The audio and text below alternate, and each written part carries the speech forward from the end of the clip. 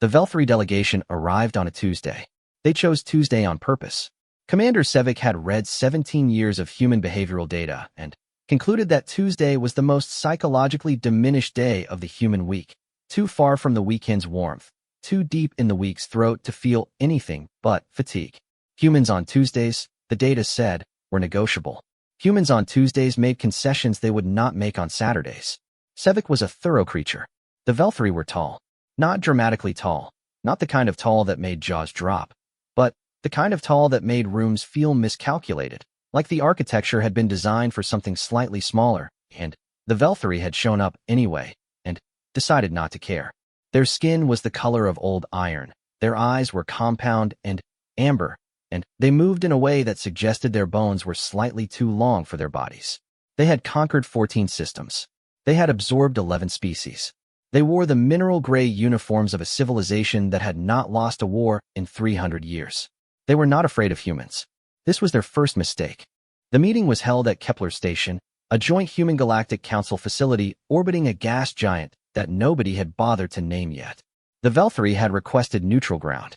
The human diplomatic corps had agreed immediately, which the Velthri had logged as a sign of weakness. Eager to please. Easy to pressure. The second mistake. The human delegation was led by Ambassador Yara Okeke, a small woman from Lagos who wore the same expression a geologist wears when she has already dated the rock and knows exactly how old the mountain is. Beside her sat Colonel James Thatch, military attaché, a man so quiet, and still that 3 separate Velthri translators had checked their instruments to make sure he was actually there. He was there. He was always there. He had a cup of coffee, and no expression, and the particular patience of a man who had been to places that did not have names on any map. Sevik opened with the standard compression of power. He laid the Velthri proposal on the table. Not literally. The document was projected in 3 dimensions above the central surface, and he walked through it with the measured rhythm of someone who was not asking. Human space, the outer 17 colonies, would be redesignated as a Velthri protectorate. Humans would retain nominal governance. Trade routes would be restructured. A small tribute, really just a formality, would be established. The Velthri had done this 11 times before. It went smoothly every time. The species being absorbed usually had questions about the tribute schedule. Sometimes they cried. Sevik waited for the questions about the tribute schedule. Ambassador Okeke looked at the projection for a long moment. She tilted her head slightly, the way someone tilts their head at a painting they're trying to decide if they like. Colonel Thatch, she said, do you want to show them? Thatch set down his coffee cup. Perfectly level. Dead center on the table. Sure, he said. The lights in the room dropped. Not dramatically, just the ambient lighting shifting to accommodate a display, the kind of mundane technical adjustment that happens before a quarterly sales presentation. The Velthri remained still. Sevik's translator murmured something about a human visual aid. Sevik allowed it. He was being gracious. What came up on the display was not what any of the Velthri had expected. It was footage. Combat footage, raw and unedited. The kind that does not get cleaned up for public broadcast because the public does not need to see what the public does not need to see. It was from Kessel Ridge, 14 months ago, a border skirmish with a Urathi raider faction that had decided human colony ships were soft targets. The Urathi were not soft. They were 3 meters tall and covered in natural armor plating, and they had been raiding fringe colonies for 40 years before they met the 9th Mobile Infantry Division on a mountainside in the dark. The footage was 47 seconds long. The Velthri watched it in complete silence. What the footage showed, in the methodical language of a helmet camera, was a fireteam of 8 humans moving through a destroyed settlement in the dark. The Urathi force was 11 strong, armored, carrying weapons that could punch through the hull of a light transport. They came around a corner of a burned building and met the fireteam at a distance of approximately 12 meters. The engagement lasted 4 seconds. 4 seconds from first contact to last shot. For seconds in which 8 humans, moving with a coordination that looked almost bored, the kind of muscle memory that lives below thought, dismantled 11 armored Urathi without breaking formation. The camera caught one soldier reloading before the last Urathi had finished falling. The soldier's hands did not shake. Nobody's hands shook. The footage ended. The room was quiet the way rooms get quiet when the air has been replaced with something heavier. Sevik recalibrated. He was a thorough creature. 14 systems. He had seen warrior species before. He had seen the Droven, the Keth, the mouth people of Tarj 4. He knew what dangerous looked like. Impressive, he said, and he meant it as a diminishment. The way you call a child's drawing impressive when you want the child to feel seen without adjusting your actual assessment. Your soldiers fight well? This is not in question. The question is one of scale. The Velthari hegemony commands forces that footage, Thatch said, and his voice was the same temperature as the table, is from a Tuesday morning. Before breakfast. Sevik paused. The fire team in that footage, Thatch continued, is rated as a standard infantry unit. They are not special forces. They are not elite. They are not experimental. They are what we field as a baseline. That is our floor. One of Sevik's subordinates made a small sound. It was not a word. It was the kind of sound that happens when a calculation produces a number the calculator was not designed to display. Thatch picked up his coffee again. You said you wanted to discuss the outer colonies. Sevik said nothing. The outer colonies, Thatch said, are defended by approximately 200,000 soldiers with a combined fire rate. He paused, not for effect, just because he was looking at a tablet, of roughly 5,000 rounds per minute per squad. 24 hours a day. Every day, the soldiers rotate. The guns don't sleep. Ambassador Okeke had not moved. She was still looking at the projection space where the footage had been. She looked like she was being polite about something. Sevik had survived 14 wars by knowing when a room had changed. The room had changed. Something had happened in the air of it, some redistribution of weight. And he was smart enough to know that he had walked into this room believing one thing, and the thing he had believed was no longer accurate. He thought about the footage. For seconds. Before breakfast. He thought about 5,000 rounds per minute. He thought about the fact that humans had not, in the entire 17 years of his research files, ever lost a defensive engagement on their own territory. He had always attributed this to luck, to favorable terrain, to the limited ambition of their enemies. He was revising that attribution now. I think, Sevik said carefully, that we may benefit from a recess. Sure, Okeke said pleasantly. We have coffee. Nobody laughed. Nobody was going to laugh for a while. Outside the viewport, the unnamed gas giant turned slow and indifferent, dragging its rings in a circle it had been completing for 4 billion years. It did not know about the Velthari hegemony. It did not know about 14 conquered systems.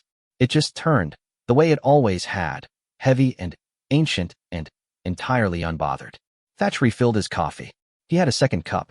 He had nowhere to be. He had already been to all the places worth being, and he had come back, and he had brought what he learned, and it sat in him the way stone sits, not aggressive, not demonstrating itself, just present, just permanent, just there. The Velthari were in the hall. Sevik was recalculating something. His subordinates were very quiet. On a Tuesday, before lunch, Sevik did not sleep that night. This was unusual. The Velthari were disciplined sleepers. Rest was a military function, as regulated as eating, as strategic as weapon maintenance. Sevik had slept through bombardments. He had slept the night before 3 separate planetary engagements. He had a talent for it, the kind of talent that comes from understanding that fear costs energy, and energy is a finite resource. He lay in his bunk on the Velthari frigate and stared at the ceiling and thought about 4 seconds. His subordinate, third-rank assessor Lena, was not sleeping either. He could tell by the quality of the silence coming through the wall, a thinking silence, not a resting one. Lena had been the one who made the small sound during the footage. Lena was the best analyst he had. She had mapped the surrender timetables for 3 different species. She had a gift for finding the exact point at which resistance became mathematically pointless, and she had never been wrong. He tapped the wall once, their old field signal for come here. She was in his doorway in 6 seconds. Still in uniform. She had not tried to sleep at all. Tell me what you found, he said. She pulled up a tablet. She had been doing research since the meeting ended, pulling from every source the hegemony had access to, every intercepted transmission, every trading partner report, every scrap of data collected in 17 years of careful human observation. She had been building a picture. The picture was not what she had expected to build.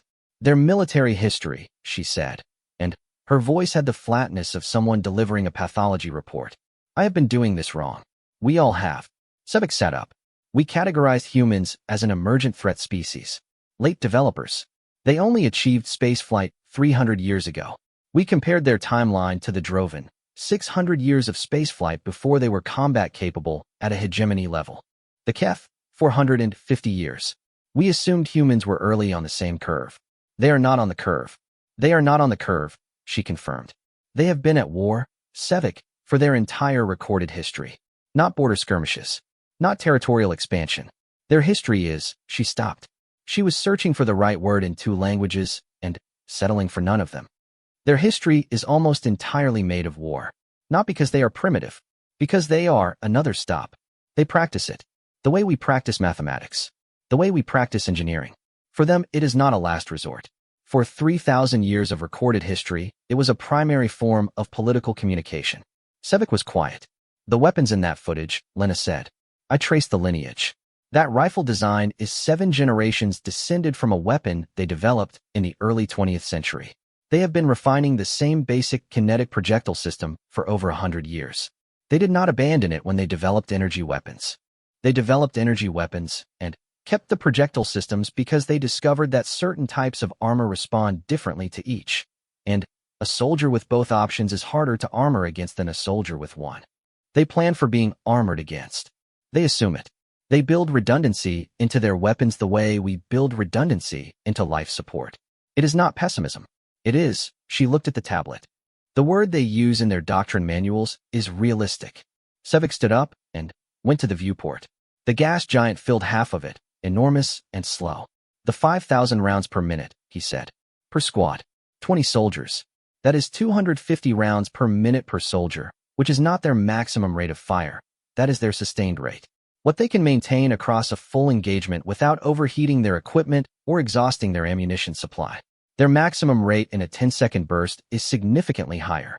She paused. I ran the numbers against our standard forward assault formation. And she showed him the tablet. He looked at the number for a long time. That cannot be right, he said. I ran it 4 times.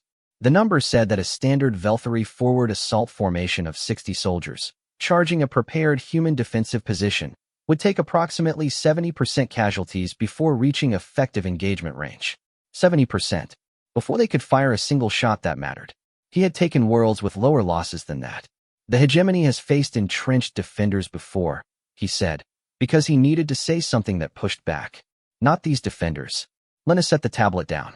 The Droven dug in and defended from fixed positions. Stationary. The Keth used terrain.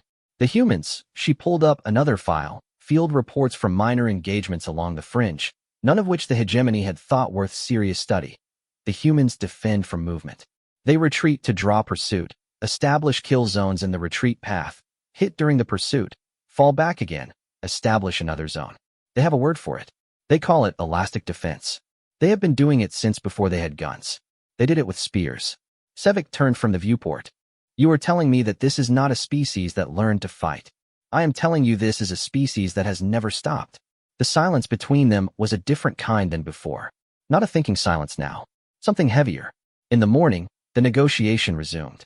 The Velthory side arrived first. Sevek was always early, another military discipline. He arranged his delegation, reviewed his revised position, set his expression to neutral. He was thorough. He was adaptive. 14 systems. He knew how to change course without appearing to change course. He had a new proposal, something with significantly more balance than Tuesday's opening. Something that would give the humans enough that they would feel respected while still. Ambassador Okeke came in with Colonel Thatch and 2 aides and a thermos of coffee she poured from herself without asking if anyone wanted some. She sat down. She looked at Sevek. You talked to your analyst last night, she said. It was not a question. Sevek stopped. We would have too, she said pleasantly. It's what you do after a first meeting. You go back and you look harder at what you're dealing with. She poured a second cup of coffee and pushed it across the table towards Sevek without ceremony. We've been looking at what we're dealing with for about 15 years. You're ahead of most. Some delegations take the full meeting cycle to start actually looking. Sevek looked at the coffee cup. He did not pick it up. Not yet. Your proposal, he said carefully. Still on the table, she said. All proposals are still on the table. That's how tables work. She folded her hands. Here is what I'd like to propose instead, though. Mutual defense framework. Non-aggression with binding arbitration. Trade corridor access for both parties. Hegemony gets early warning on Urathi raider movement. We track them very well, you've probably noticed. And, in exchange, we get access to Velthory shipyard capacity in the Orion arm, which we need, and you have surplus of. She slid a document across the table. Actual paper. Humans still use paper for things they wanted to feel real. Sevek looked at the document. He looked at Lena. Lena was expressionless, but her eyes were doing something. This is, he said slowly, Not what we came to negotiate. No, Okeke agreed. But it's better for both of us than what you came to negotiate. She picked up her coffee. We've done the math. So have you? I'm guessing, if your analyst is as good as ours says she is. A small nod toward Lena that made Lena go very still. Nobody wants a war. Wars are expensive. We know that better than most. Thatch had not said anything. He was doing the thing he did, being present, and, still, a man-shaped weight in the room. He was looking at the document.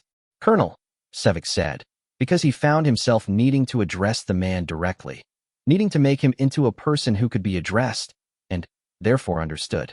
Your forces, the footage we were shown. Is this, representative? Thatch looked up. Of our baseline, he said. Yeah. And you're above baseline. Thatch picked up his coffee. He did not answer immediately. He looked at Sevik the way you look at a question you are deciding how much of to answer. You don't want to meet our above baseline, he said. Not as a threat.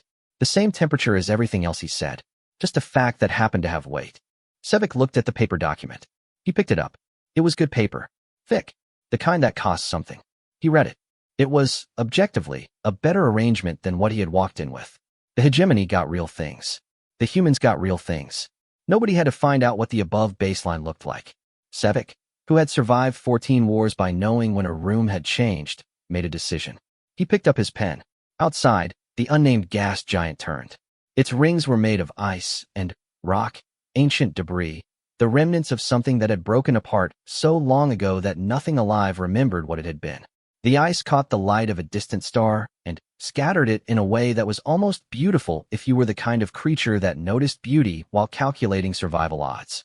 The Velthari hegemony had faced a lot of species. It had never faced a species that brought paper to a negotiation about survival. It was beginning to understand why that mattered. Sevik signed the document. Lena let out a breath she had been holding since the footage. For seconds, before breakfast. She was very good at her job, and she had understood, in those 4 seconds of footage, something that she was going to be thinking about for the rest of her career. The humans did not fight like they were trying to win. They fought like they were trying to end it. There was a difference. The difference was everything. 6 months after the signing, the Urathi came back. Not raiders this time. Not the fringe faction opportunists who picked off colony transports and called it war. This was the main fleet, 47 ships, the kind of armada that carried its own gravity, that changed the light when it dropped out of FTL, that made the Kepler station proximity sensors light up like every alarm they had ever tested simultaneously. The Velthari frigate was still docked at Kepler. This had not been planned. Sevik had extended his stay twice, ostensibly for framework implementation meetings, the procedural machinery that followed any signed agreement. The real reason, which he acknowledged only to Lena, and only once, was that he was still studying 14 systems, and he was sitting at a docking bay learning things he had not known he did not know. It was an uncomfortable sensation for a thorough creature. He leaned into it. When the Urathi fleet arrived, the station went from quiet to operational in a time that Lena later calculated as 11 seconds. She timed it because she could not believe what she was seeing, and timing it was the only way to make it real. 11 seconds from first proximity alert to full combat posture. Every human military personnel on the station moving with the particular lack of panic that is worse than panic, that is beyond panic, that is on the other side of panic in a place where the body has simply decided that urgency is just the normal speed of things. Thatch was at a coffee station when the alarm hit.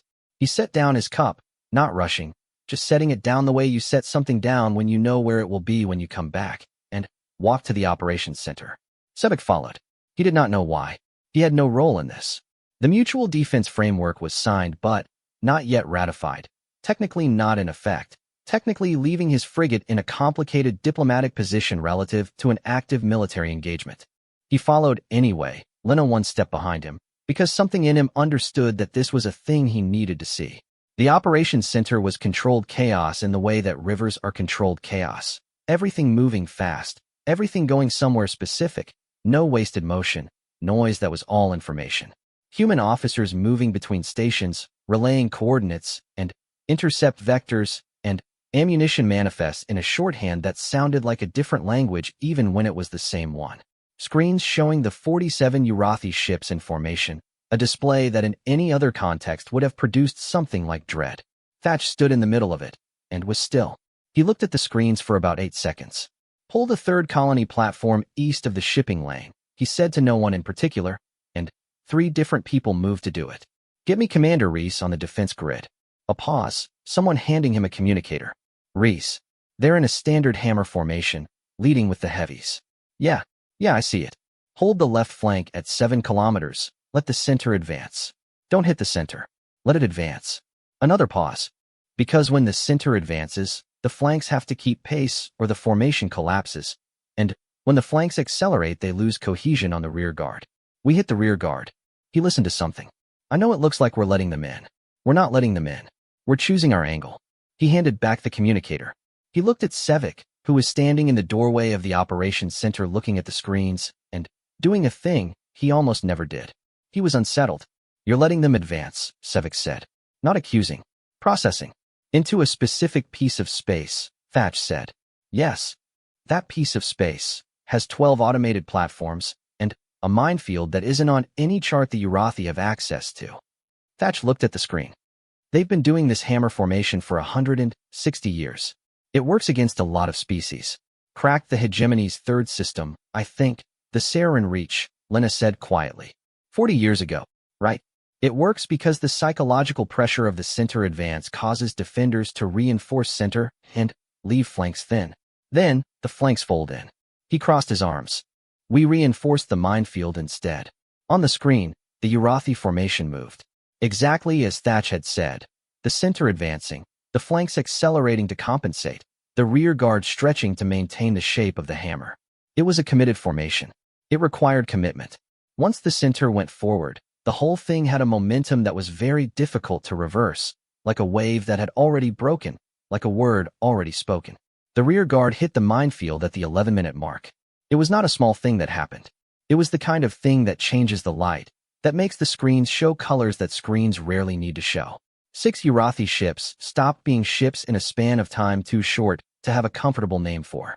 The formation buckled. The center, suddenly, aware that something had gone wrong behind it, began to decelerate. The flanks, committed to their acceleration, overshot. The 12 automated platforms opened fire. 5,000 rounds per minute was a squad-level number. The platforms were not squads. The platforms were something the Urathi had no prior data on because the humans had deployed them 2 months ago and said nothing about it publicly because there was no requirement to say anything publicly about it. Because humans had learned a very long time ago that the things you did not announce were often the most useful things you had. The engagement lasted 19 minutes. The Urathi fleet broke at the 14-minute mark. Formation dissolution, individual ships trying to pull back. But breaking a hammer formation that is already committed takes time that time does not give back. And the platforms followed the retreat vectors with a patience that was almost geological. 31 of 47 ships made it back to FTL range. 16 did not. The operations center was never loud in the way of movies. It was busy. It was precise. When the last Urathi ship hit FTL and disappeared from the screens, there was a moment, maybe 2 seconds, of quiet. Not celebration. Just the absence of the sounds of working, while everyone took a breath, while everyone confirmed the same thing to themselves. Then, someone started a damage assessment, and everyone went back to work. Thatch picked up his coffee. Someone had brought it from the coffee station and set it on the console next to him, still warm. He did not look surprised that it was there. Sevik stood in the doorway and looked at the screens showing the debris field where 16 Urathi ships had been. He was calculating something. He had been calculating things continuously for 19 minutes, and the numbers kept producing the same result, which was that the humans had known. They had known the Urathi were coming. Not the timing. He did not believe they had the specific timing, but the pattern, the formation, the tactical signature that the Urathi had used for 160 years. The humans had read the history, built around the history, prepared for the history, and then simply waited for the Urathi to repeat it. 300 years of spaceflight. 3,000 years of continuous warfare before that. They had been taking notes the whole time. Lena was standing very still beside him. She had her tablet in her hands, but she was not looking at it. She was looking at Thatch, who was looking at the screens with the same expression he always had, which was no expression, which was a kind of expression unto itself. He knew, she said quietly. Not to Sevik. To herself. Yes, Sevik said. Before the fleet arrived. The minefield. The platform placement. The formation analysis. She was not asking. She was cataloging. He prepared for a battle that had not happened, yet using a pattern from a war that ended 40 years ago. The Sarin Reach, Sevik said. Lena looked at him. Her amber eyes were doing something complicated. We lost the Sarin Reach to that formation. I know. The humans studied how we lost the Sarin Reach. I know. They prepared a defense that would have saved us the Sarin Reach. For a species they had only been in contact with for 15 years. Sevik looked at Colonel Thatch, who was handing back the communicator to someone, and, saying something about the damage assessment timeline and the same temperature, he said everything. Yes, Sevik said. That appears to be what they did. He was quiet for a long time. Outside the viewport, the debris field turned slowly in the dark, catching the light of a distant star the same way the gas giant's rings had caught it 6 months ago, the same way ice and rock always caught light. Indifferently, without intention, simply because light fell and surfaces reflected. Sevik had a thought he did not say out loud. He had walked into that meeting 6 months ago believing that humans were a Tuesday species. Negotiable. Tired. Late to the curve. He had been looking at them from the wrong direction the whole time. You did not become what humans were by starting fast. You became what humans were by never stopping. By taking every loss and every pattern and every enemy formation that had ever broken you and filing it, studying it, building a room in your mind where all of it lived permanently, available, cross-referenced with everything else. You became what humans were by treating war not as an emergency, but as a subject, something with a literature, a history, a methodology, and studying that subject the way they studied stars and mathematics and the behavior of unnamed gas giants, with patience that felt like permanence. The Velthari had conquered 14 systems. They had stopped learning after the third one. This, Sevik understood now, standing in a human operations center smelling of coffee and quiet efficiency, watching a debris field rotate in the dark where 16 ships had been 16 minutes ago, was the difference. Not their rate of fire. Not their weapons. Not even their tactics, specifically. The difference was that humans had never once believed they were finished learning. He turned to Lena. I want access to human historical military archives, he said. All of them. Everything they'll share. Lena looked at him. The framework allows for intelligence exchange, she said carefully. But, Sevik, there are 3,000 years of recorded conflicts in those archives. It will take, however long it takes, he said. She nodded slowly. She understood. She was very good at her job, and she understood exactly what he was doing. He was doing what the humans had done. He was starting to learn from the species that had never stopped. Thatch walked past them toward the door, coffee in hand, going somewhere else now that this particular thing was handled. He paused in the doorway, looked at Sevik. Good coffee, he said, for no reason that Sevik could immediately identify. Yes, Sevik said. Thatch nodded and left. Lena looked at Sevik. What did that mean? Sevik looked at the empty doorway. He thought about it. I think, he said slowly, it was an invitation. He picked up the coffee cup someone had placed near him. He had not seen who. He had been watching the screens, and he drank it. It was good coffee. Strong and slightly bitter and entirely without ceremony. Outside, the debris field continued its slow rotation. The unnamed gas giant turned on its ancient axis. The stars did not move because they were too far away and moving too slowly for anything alive to measure. The Velthari hegemony had conquered 14 systems. It had just signed a framework agreement with the 15th species it had encountered. And it was, for the first time in 300 years, the one doing the learning.